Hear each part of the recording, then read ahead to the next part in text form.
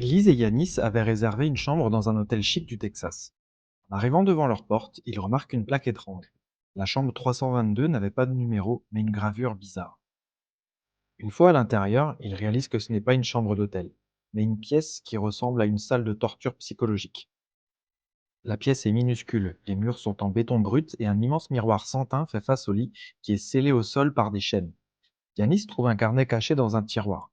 Il contient des photos de clients de l'hôtel prises à leur insu sous des angles impossibles. Lise et Yanis ne sont pas dans une chambre, ils sont dans un poste d'observation. Paniqués, ils descendent à la réception. Mais le personnel de l'hôtel change de visage.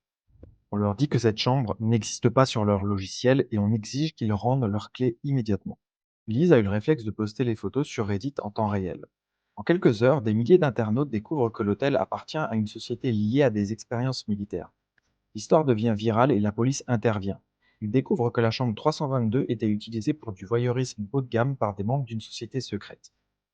Le miroir sans teint permettait de filmer la chambre d'à côté et le carnet contenait les noms de politiciens et d'hommes d'affaires influents qui fréquentaient l'établissement. L'hôtel a tenté d'étouffer l'affaire, mais les photos de Lise sont restées gravées sur le web. Depuis, la chambre 322 a été murée, mais certains disent qu'on entend encore des bruits derrière la paroi. Cette histoire est basée sur l'affaire réelle de l'hôtel Zaza à Houston. Abonnez-vous si le contenu vous a plu et donnez-moi votre avis en commentaire.